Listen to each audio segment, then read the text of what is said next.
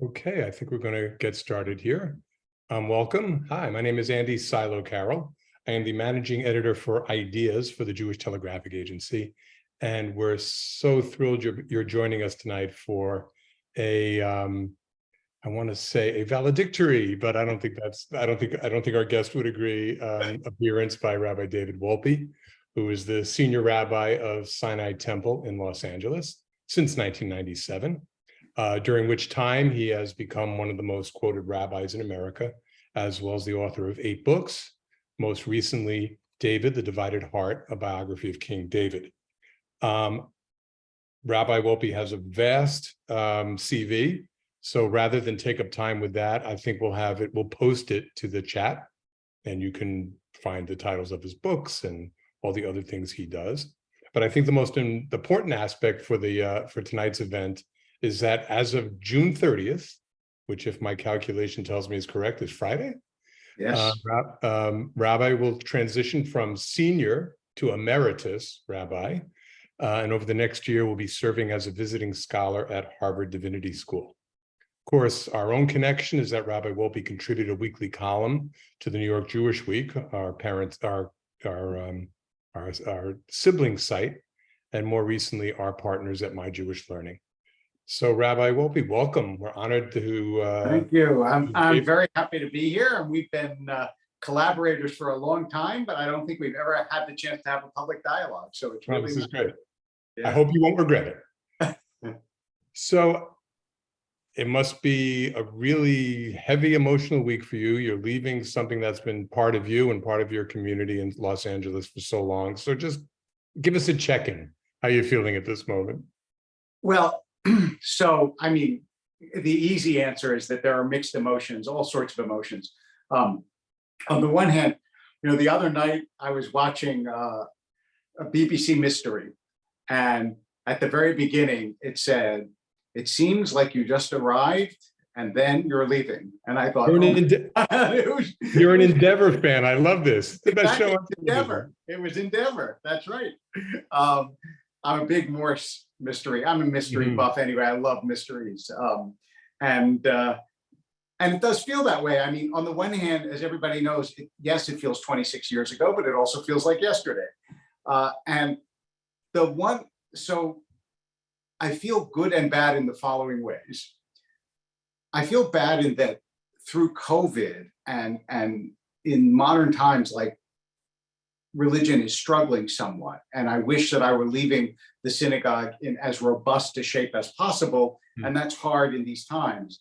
But I feel very good about the fact that I'm leaving it in the hands of successors who are able and remarkable and really wonderful. And so, and also that the transition was very smooth, and that part is good. As for myself, I'm excited. I'm excited to be doing new things, in part because I'll still be emeritus. I will still have a connection. It's not as though I'm leaving the firm and they're locking me out and I have to give in my key and I'll never be in the shul again. So it's a sort of smooth landing, and I very much look forward to the next chapter. Let's start at the beginning, or near the beginning, maybe not the very beginning, but right. Who were you when you started at Sinai? I mean, well, it depends what sense of your life. It depends what started at Sinai means, because the second year, what changed my life was that the second year of rabbinical school, Ron Schulman had done a service for the high holidays for singles at Sinai that David Gordis had started the year before. And Ron Schulman just graduated rabbinical school, and so they had to get somebody new, and they said, "We need somebody new to run the service." And Schulman said, "Well, David Wolpe, I was at camp with him. Why don't you ask him?" And so in 1984, I started doing high holiday services. That's 39 years ago for Sinai. And I did high holiday services there for 13 years while I taught first at the University of Judaism, and then at what was then called the University of Judaism, and then at the Jewish Theological Seminary. And then in 1997, I came back to become the pulpit rabbi at Sinai. So I was already writing for the Jewish Week, actually, for a few years before I went to take the pulpit at Sinai. And when I did, I knew that it was going to be a very different life, because pulpit life is a very different life, and much more consuming than being a college professor. What do you think might be different for someone like you in 1997 taking over a new pulpit, and a young conservative rabbi taking over a similar size synagogue in 2023? Of the variety of ways of attacking that question, I'm going to start with this. When you finished work in 1997, you finished work. That is, at 5 o'clock or 6 o'clock, or if you had a meeting, whatever, you went home, and you could pretty much count on being done until you went into the office the next morning. There was no email, there was no Facebook, there was no Twitter, there were no, unless somebody called you on the phone at home, and we're not talking about cell phones, you were done. And the all-consuming nature of the job now, which is not only true, not true only for the rabbinate, it's true in general, but especially for the helping professions. The all-consuming nature of the job now means that you are always available. People always know they can call or text or whatever, or send you a Facebook message, and that means a degree of readiness to response that is really much greater than was true in earlier days. I also think that the degree of learning in most conservative congregations is less than it was, because people came from much richer backgrounds. So you have to push yourself to continue studying and learning, because it's not as though I have to learn in order to keep up with the congregation and the congregants. That also used to be true. And then there are just different challenges in the world in general. We're much more polarized than we were in 1997. Everybody knows that. And you can get into much more trouble by expressing an opinion on one or the other side of a controversial issue than you could back then. So let's talk about that a little bit. You have a famously diverse synagogue. It's been described as a heavily Ashkenazi congregation that came to draw a large number of Persian Jews. This is Los Angeles. What were some of the cultural and political divides that you had to bridge? And like you just said, how did they change? There were political divides. First of all, I have right and left. I have some very ardent supporters of Trump and very ardent detractors. And also there were cultural divides, because the patterns, the language, so on, of the Persian community and the Ashkenazi community were different. And the two ways to bridge them, I wrote about this in a forthcoming New York Times editorial. It's going to be out I think on Sunday. And part of what I talked about was that the two best ways to bridge that I found were, I'll take a step back to explain it more fully than I did there.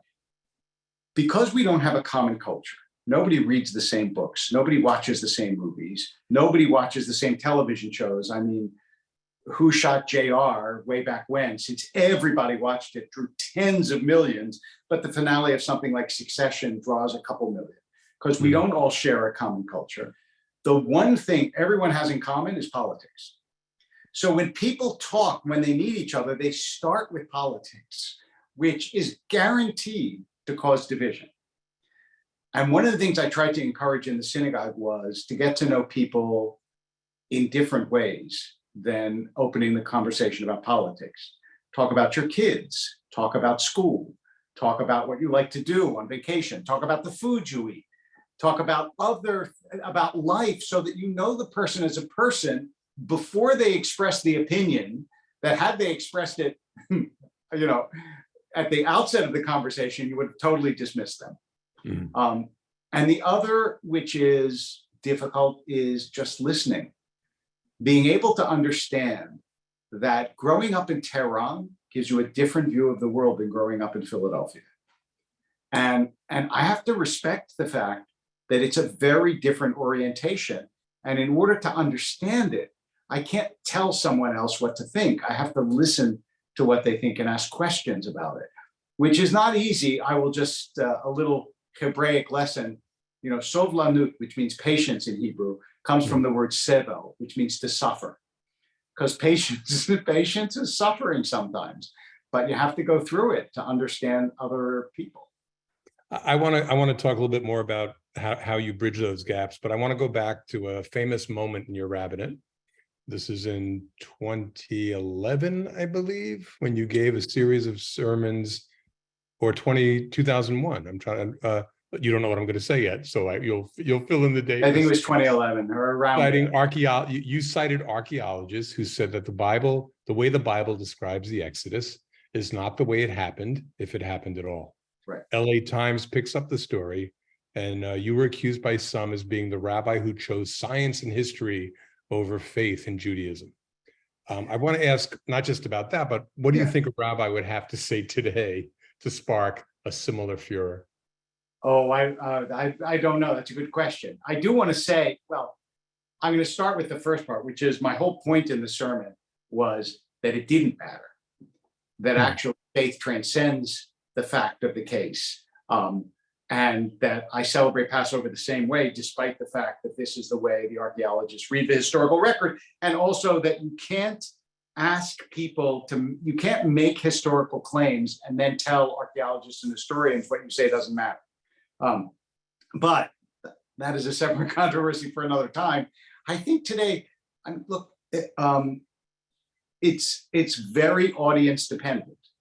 That is, if you got up in a Reform congregation and said that, you wouldn't cause a furor. If you got up in an Orthodox congregation and said that, most, not all, you would cause a furor.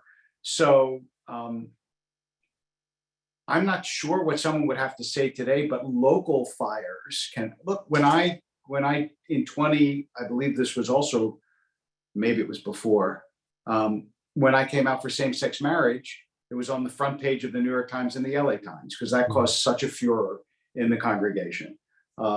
And so I think that the bottom line, I remember when that happened, I remember I said to my daughter, I want you to know when you go to school tomorrow, people are going to be saying bad things about your father, and I just want you to be prepared. And she said to me, why? And I said, because I'm sending out a letter that I'm going to be doing same-sex marriages. And I remember her looking at me and saying, what took you so long? Because for her, it was like I was saying, I'm going to marry brown-haired people to blonde-haired people. She didn't understand why that was an issue. Sure. And so you're right, the nature of controversies change a lot, but there will always be controversies. So how did you weather it? What helps you, either, keep congregants on board, or don't you? Some congregants slip away, and as long as you have them.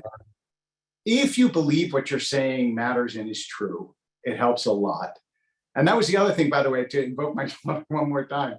Afterwards, I told her what Churchill said, I think it was after the Boer War, which is, it is exhilarating to be shot at without result. In other words, the people who didn't like me before didn't like me after, and the people who loved me before loved me after. And you realize that there is an immediate cost to being true to yourself, but there's a long-range, huge benefit, and that it's worth it.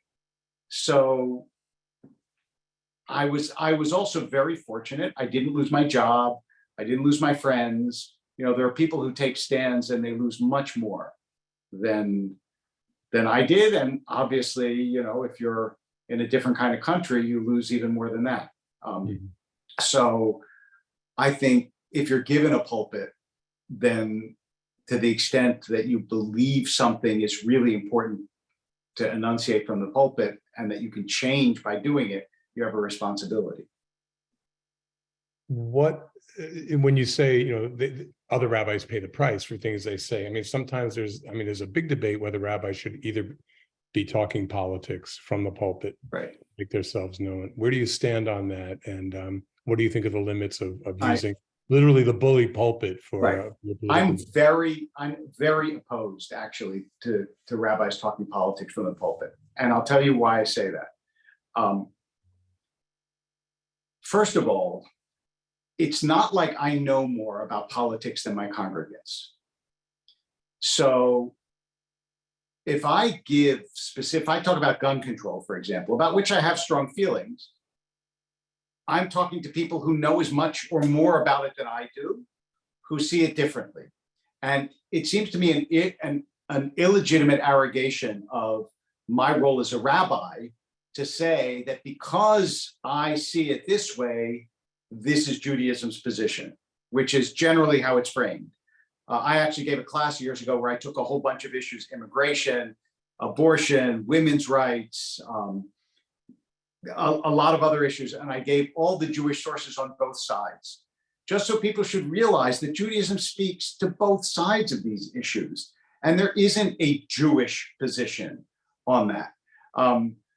So I always ask rabbis who speak politically from the pulpit, I ask them this: if you were not a rabbi, if you were not even Jewish, would your political position be different? In other words, is your political position mandated by what you understand the Torah to be, even though it's not your personal position?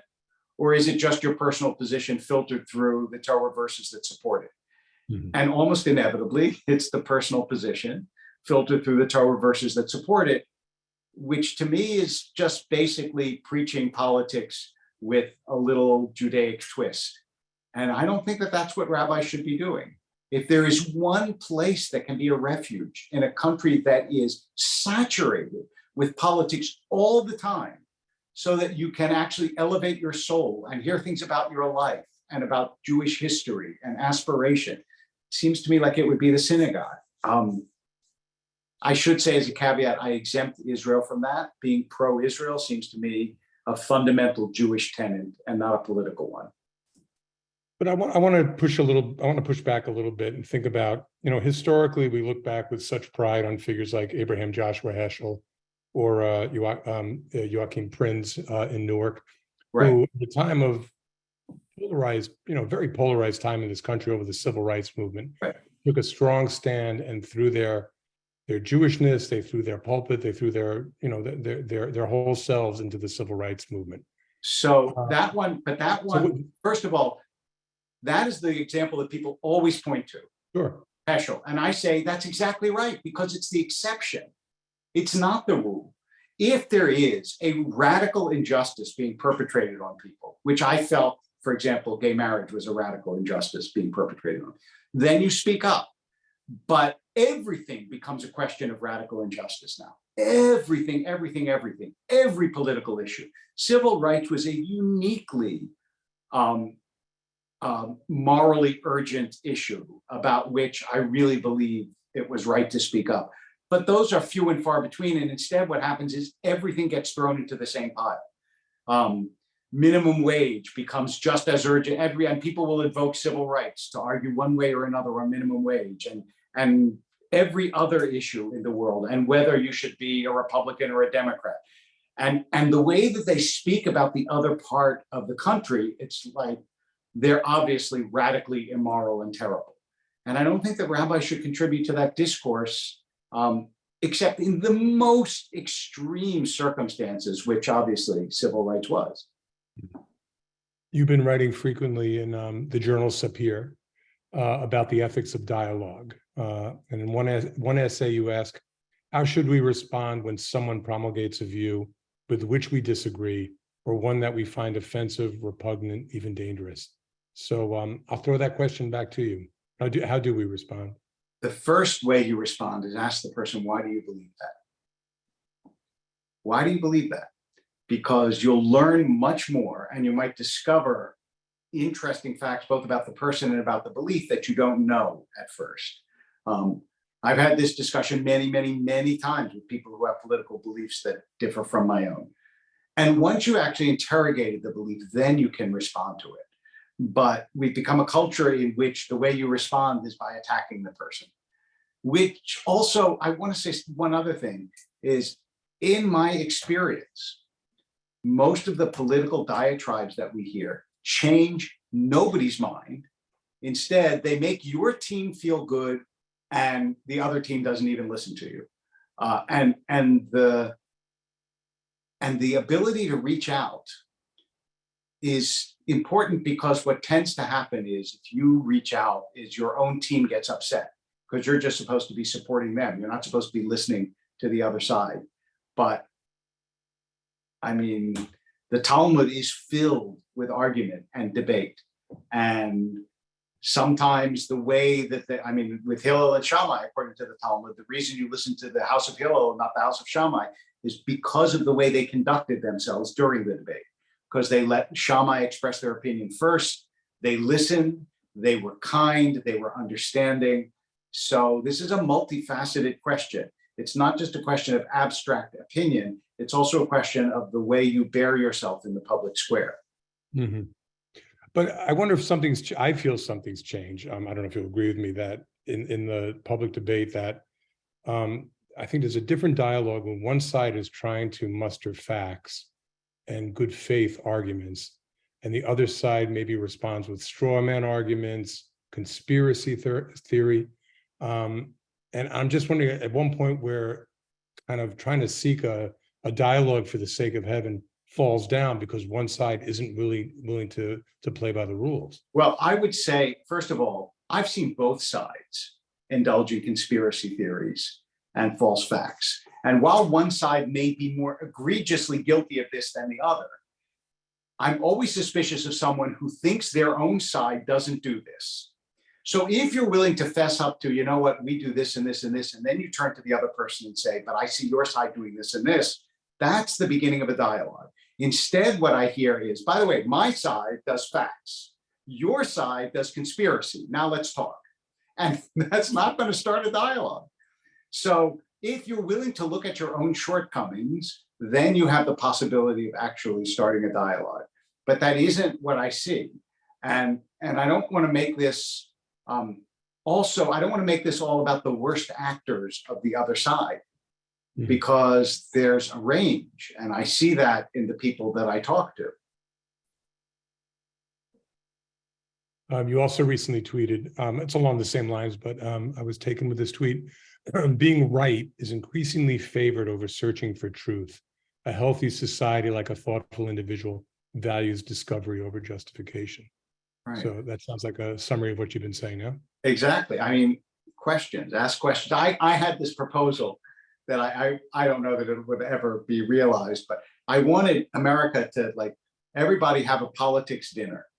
And the idea was you had to take the other person's position. You could not express the opinion you believed in. You just had to take the other person's position and see how well you could articulate what you think the other believes. Because when you start to do that, you start to, like, get your own juices flowing to be argumentatively on the other side, you start to realize that the other side actually has things that are worth hearing. And truth never resides entirely on one side of the argument. And I want to be clear, like, that does not mean that I don't favor certain sides over other sides. And there aren't people in the public sphere that I am not fans of, to say the least. But that alone doesn't help advance the dialogue. To say that doesn't move things forward. And I'm really interested in trying to move things forward and not just getting my team to cheer. Mm-hmm. Well, what does moving things forward mean in that regard? Is dialogue engaging in genuine discussions with people who really disagree with you? Mm-hmm. That's what I think of as moving things forward. Mm-hmm. Not ruling them out of court because they support this candidate or that candidate. And I think until look, this is not so crazy. You and I grew up in an America where people actually did this. Let me give you a statistic that I find really striking. When I was young, if you asked the average American, how do you feel about your child marrying someone of another race? The percentage was very small of Americans who felt good about that. If you said, how do you feel about your child marrying someone of another political party? Overwhelmingly, people were in favor of that. Now the numbers have exactly flipped. And if you ask most Americans, how about marrying someone of another race? They go, I'm okay with that. but if you say, what about another political, I go, oh, no, not another political party. Now, that shows you that we can change for good and we can change for ill. But the only way to change for good is by actually really engaging with the other. Otherwise, we're gonna dig deeper and deeper and deeper bunkers, and that can't be good for America or for the world. What are the limits, I guess? I'm trying to think of a practical example. Perhaps Right. when organizations are asked to resist, are being pressured to cancel a speaker or an event or a conference because one side claims the other's ideas pose a threat or cause harm or are somehow beyond the pale. Are there red lines, Jewish, or I'll ask it practically and theoretically, are there red lines that Jewish organizations shouldn't be expected to cross? Yeah, I would not invite a Holocaust denier to speak to a Jewish organization. Right. Anti-Zionist? I wouldn't invite an anti-Zionist, but if a Jewish organization did, I would not say that they should never have done that. But I would say that they have an obligation to have somebody speak who can speak to the other side of that question. I mean, because anti-Zionism to me is often shades into anti-Semitism. They're not exactly identical, but they're definitely they're closer than second cousins. Let me put it that way.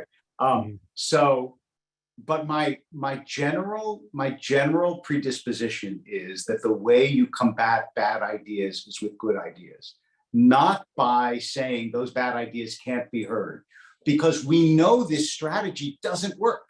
All it does is give fuel to the people who have bad ideas. Like, oh, you see, you don't even want to engage with me. That's how, because my idea is so dangerous that you can't stand to hear it. So that's basically, I would not, for example, I mean, I can give you other examples. I wouldn't invite a Jew for Jesus to speak at a Jewish organization either. But I have specific reasons why I think that's so. But it's tricky, and there's no perfect distinction that you can make. You just try to err on the side, I think, you try to err on the side of being a listener as opposed to a censor. I'll throw out one more example, and this is purely hypothetical. Perhaps an Israeli cabinet member who represents anti-democratic tendencies in the Jewish state. I mean, that's. I would say,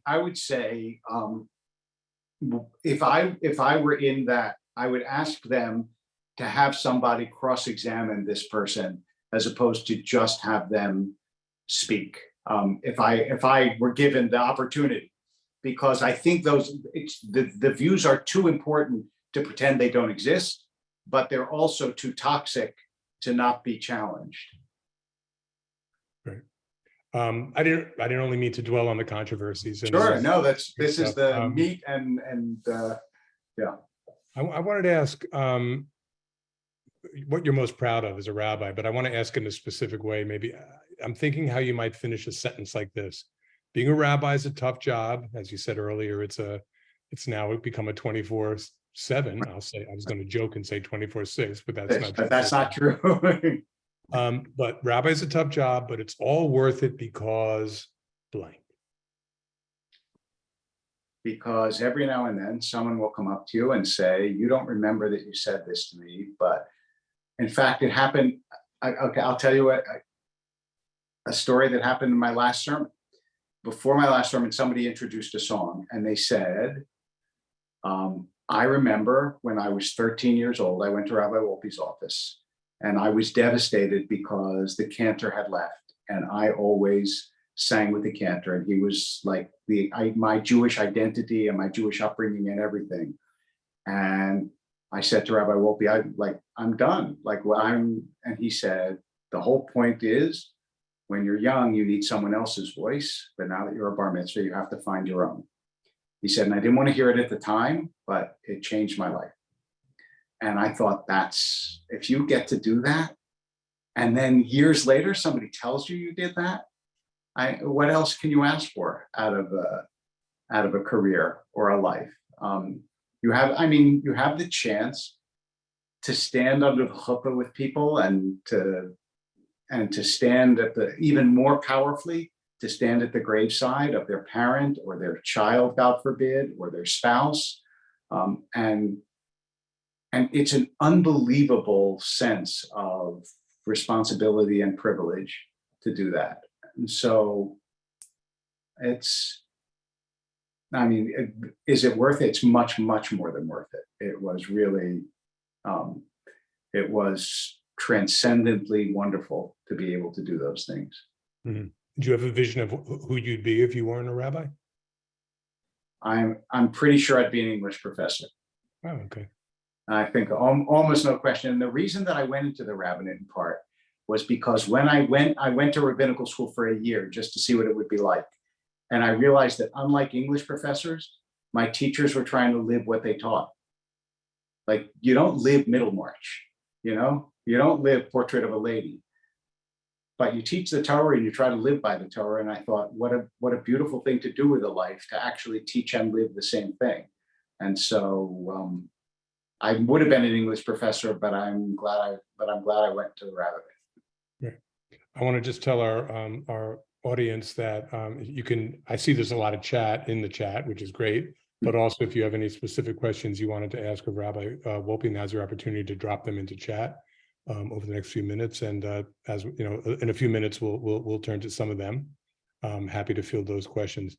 I want to ask you a little bit about regrets over the years, decisions or calls you made, but I'm not going to ask you to do Vidui right here, but rather maybe the ones that you learned the most from, maybe the best way to ask that.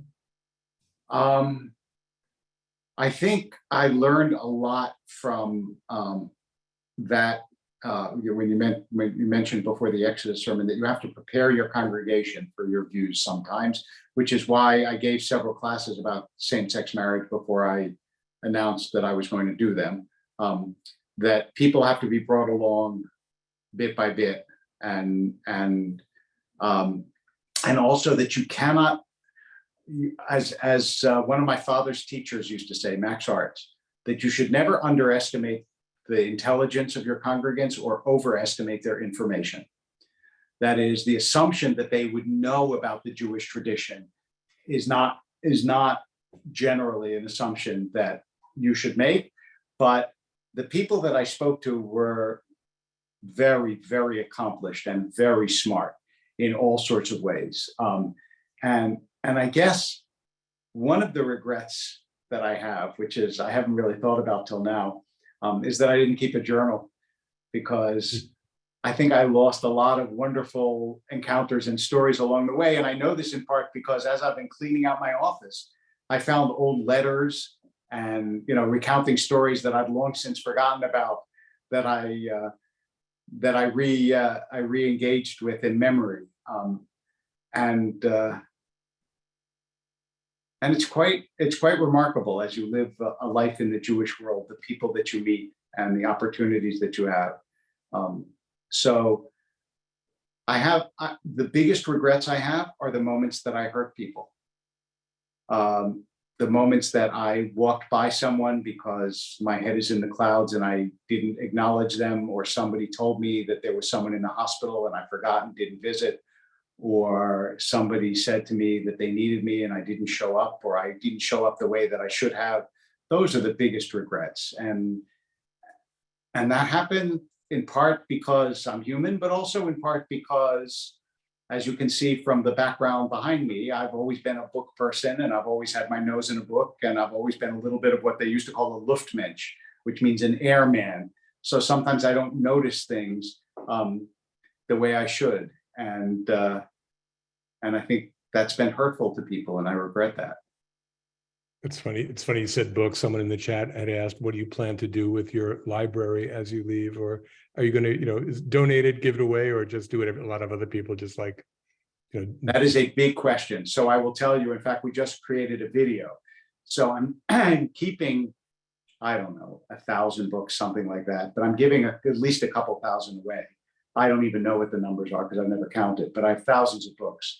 And so we're having a sort of, which I'm going to put the video on Facebook and so on. We're having a kind of fire sale. It's not even a sale, a fire giveaway of people, if they want books.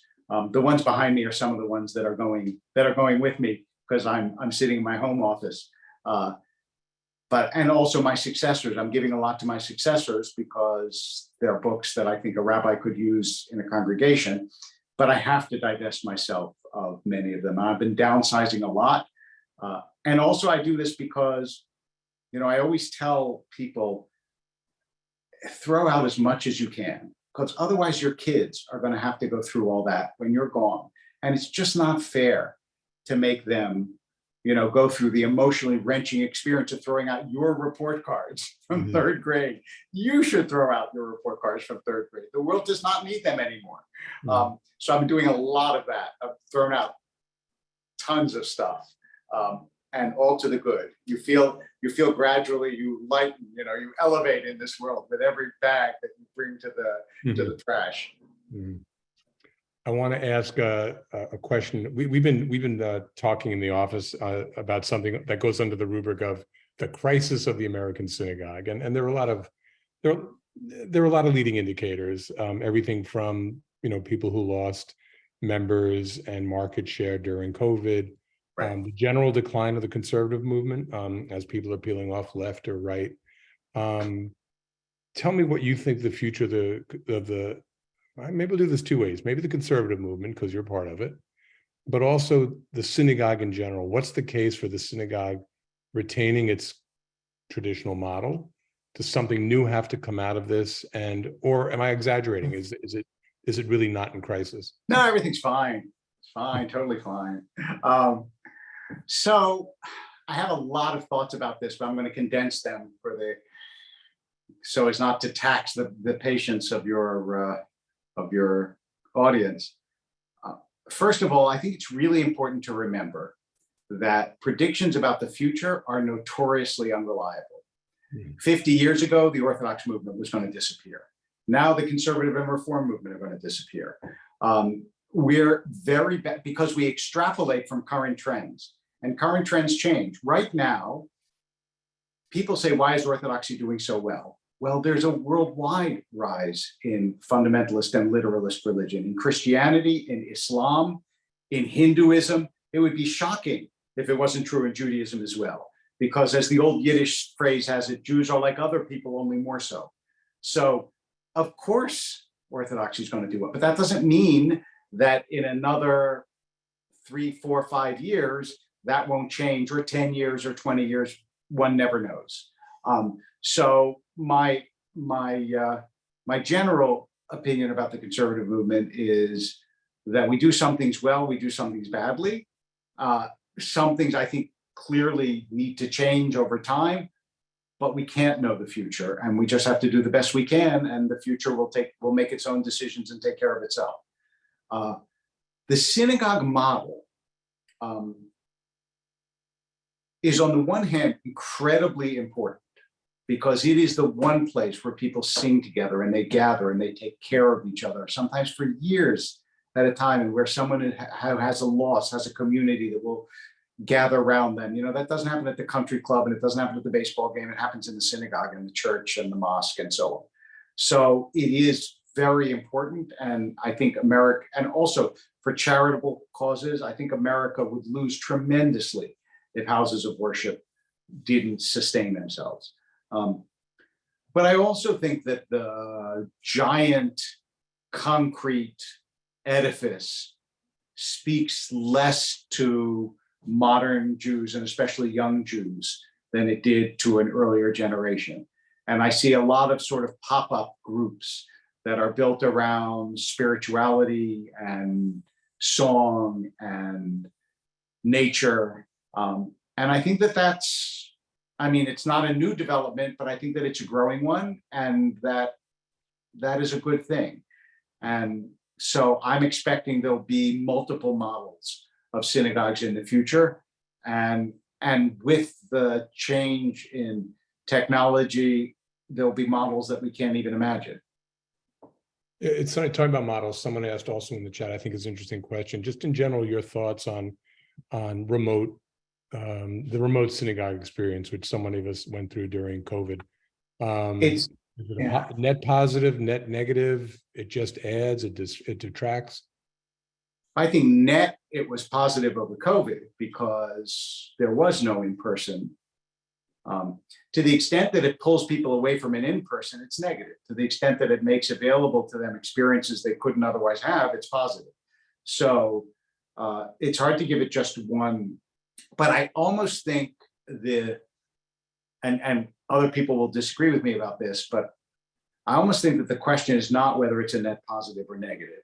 It is a fact.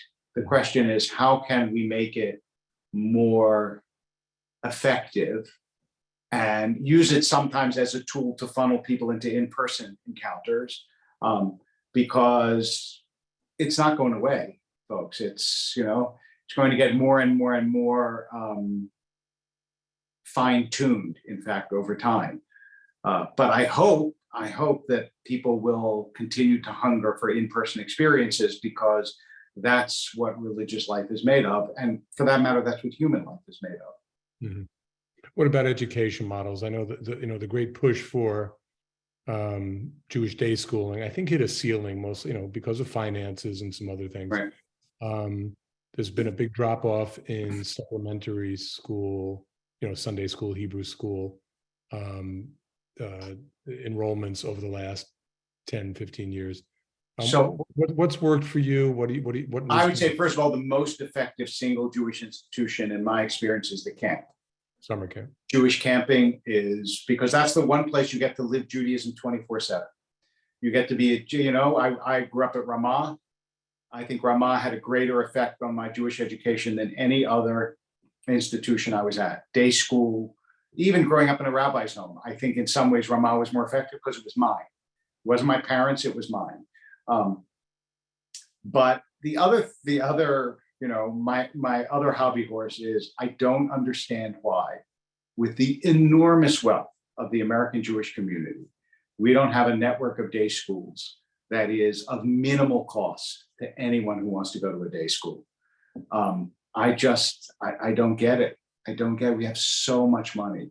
And it seems to me that we could be educating Jews in the most elite manner, so that they don't lose anything in terms of secular studies, and also giving them a good Jewish education, if only people would direct some of the dollars that they put elsewhere into Jewish education.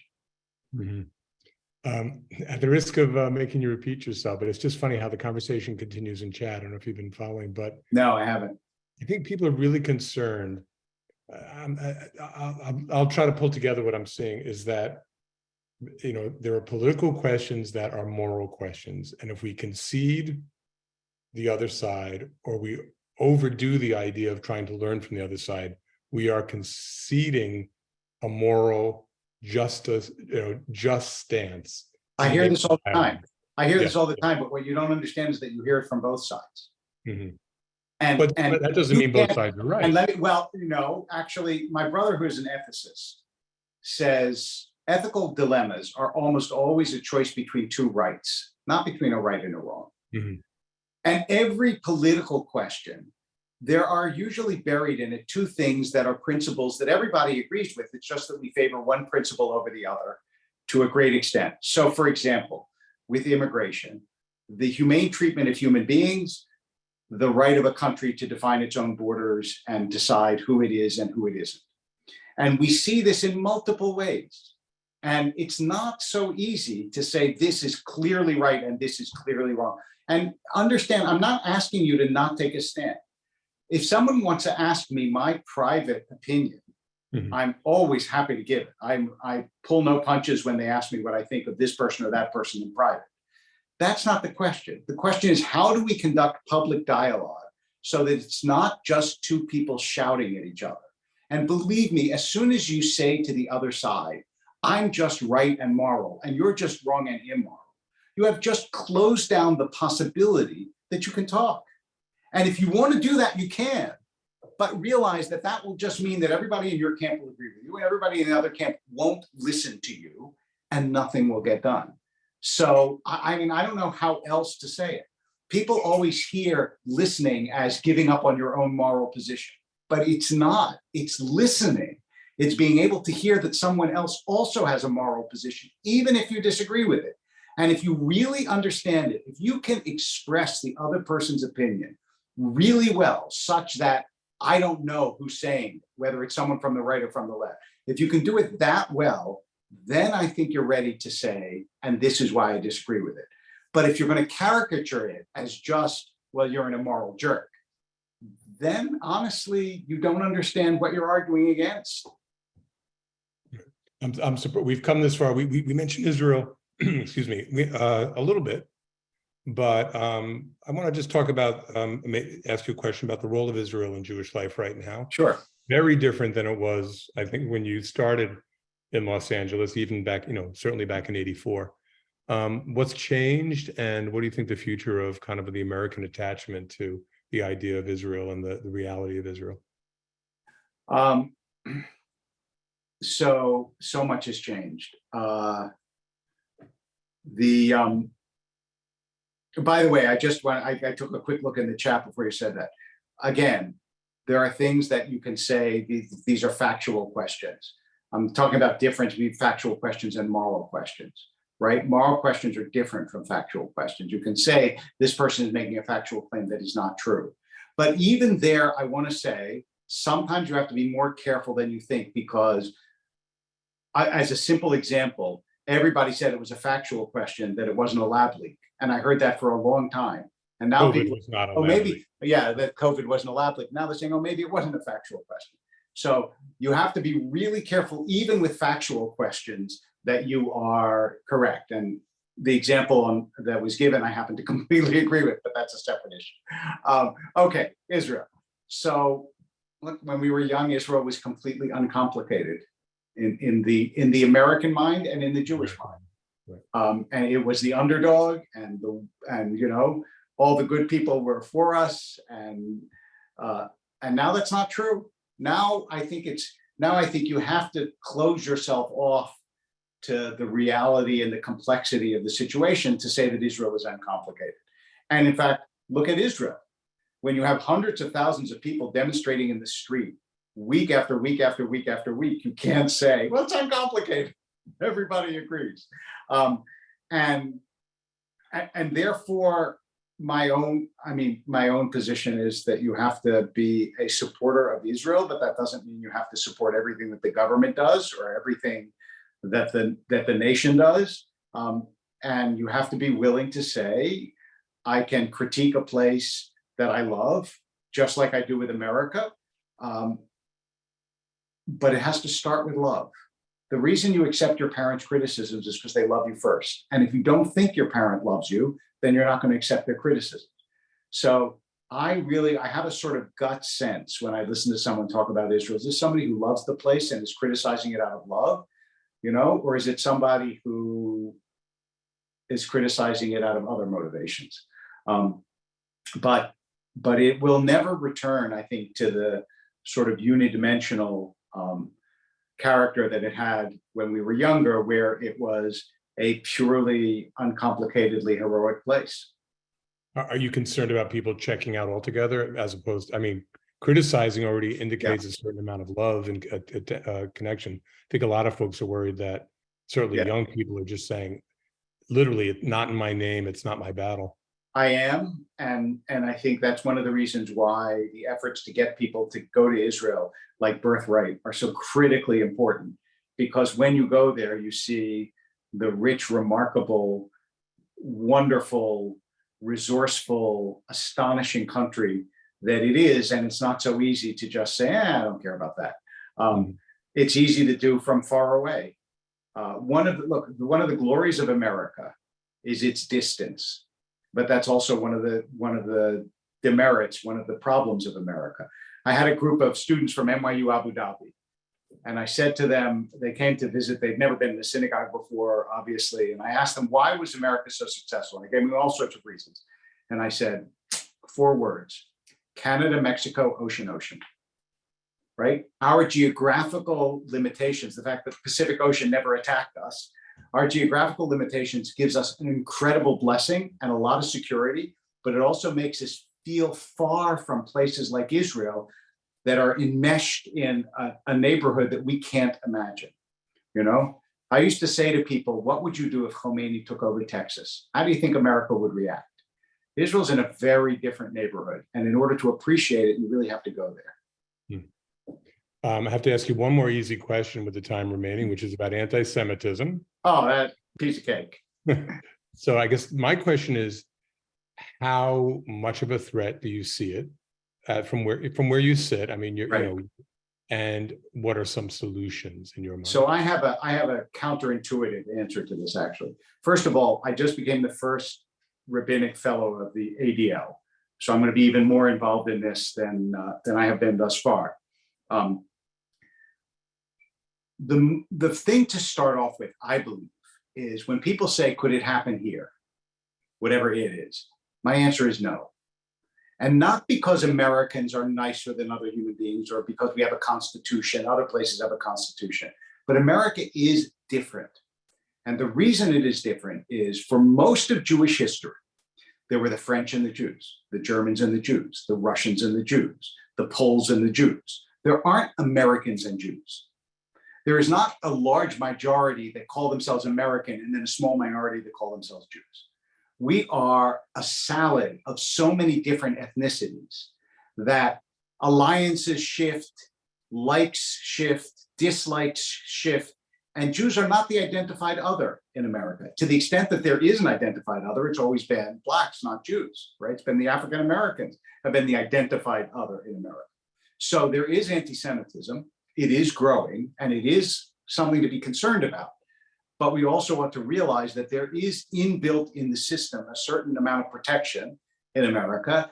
And there are many, many, many American groups and people that are our allies and care for us. One of the ways I think we need to start framing the anti-Semitism conversation is to say, look, it is true that racism and anti-Semitism are different, that homophobia and anti-Semitism are different, but hate is hate. And if we're going to be anti-hate, we have to be anti-hate. It doesn't matter whom you hate. And we have to make common cause against those who hate. Whether they hate only this group or only that group, it's still the same corrosive social phenomenon. So that's part of what I think needs to happen.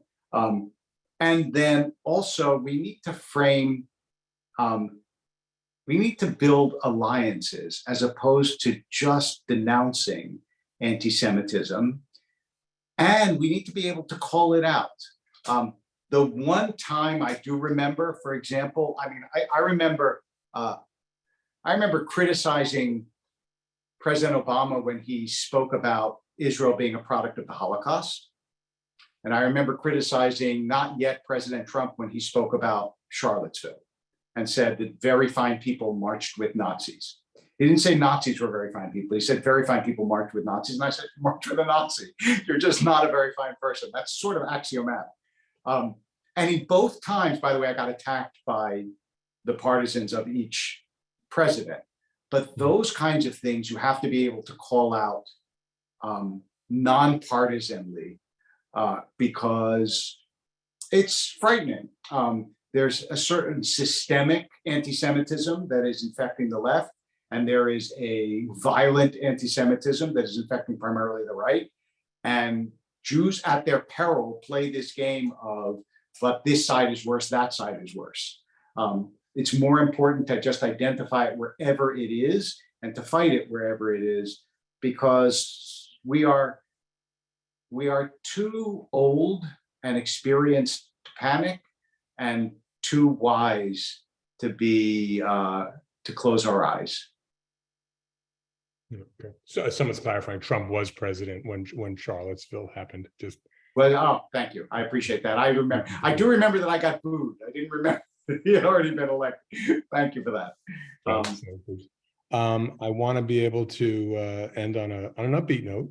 So I want to ask you a question about what gives you hope. But before I do that, tell me, what are you going to be doing in your year at Harvard at Divinity School? I'm going to be first of all, I'm going to be working with a couple different organizations. I'm going to be teaching for an adult bar mitzvah class in New York for Temple Emmanuel.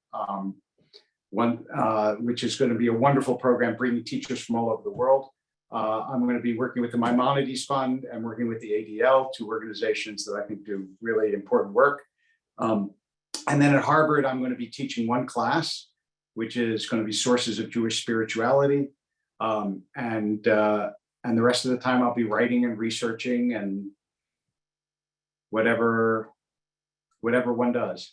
Right. So I'll ask my question again, which is, what gives you hope as you as you hand the keys to somebody else and give away your books? What gives you hope about the future of Judaism, about the rabbinate, about the American synagogue, however you want to answer it? The thing that gives me the most hope of everything is that the Jewish tradition is inexhaustibly self-renewing and surprising. And every time we thought, this is it, it's done. I remember for our 100th anniversary of the synagogue, we had Eli Wiesel as our scholar. And he said, when I was young, we had three impossible dreams. We were going to have a state of Israel, we were going to free Soviet Jewry, and we were going to revive Jewish learning and teaching. He said, and two of the three have been accomplished. The third one hasn't. But how can you despair of the third one when we accomplished the other two, which seemed as impossible as the third? So I really, I have hope, because I think that in our tradition, there is enough depth and wisdom and learning and inspiration and elevation to keep people returning to it and to keep them inspired until the very last moment when the AI says we've had enough. So before we sign off, there are just a couple of people I'd like to thank. Rebecca Phillips and Thea Wieseltier from the 70 Faces team, our parent company, who did all the arranging and all the back office stuff. Thank you so much for your help. And mostly I want to thank Rabbi David Wolpe for generous with his time. I want to wish you best of luck on your next stage. Chazak, chazak, as we say. And I want to thank the audience for hanging in there. Great comments, and have a great night, everyone. I thank all of you. Thank you.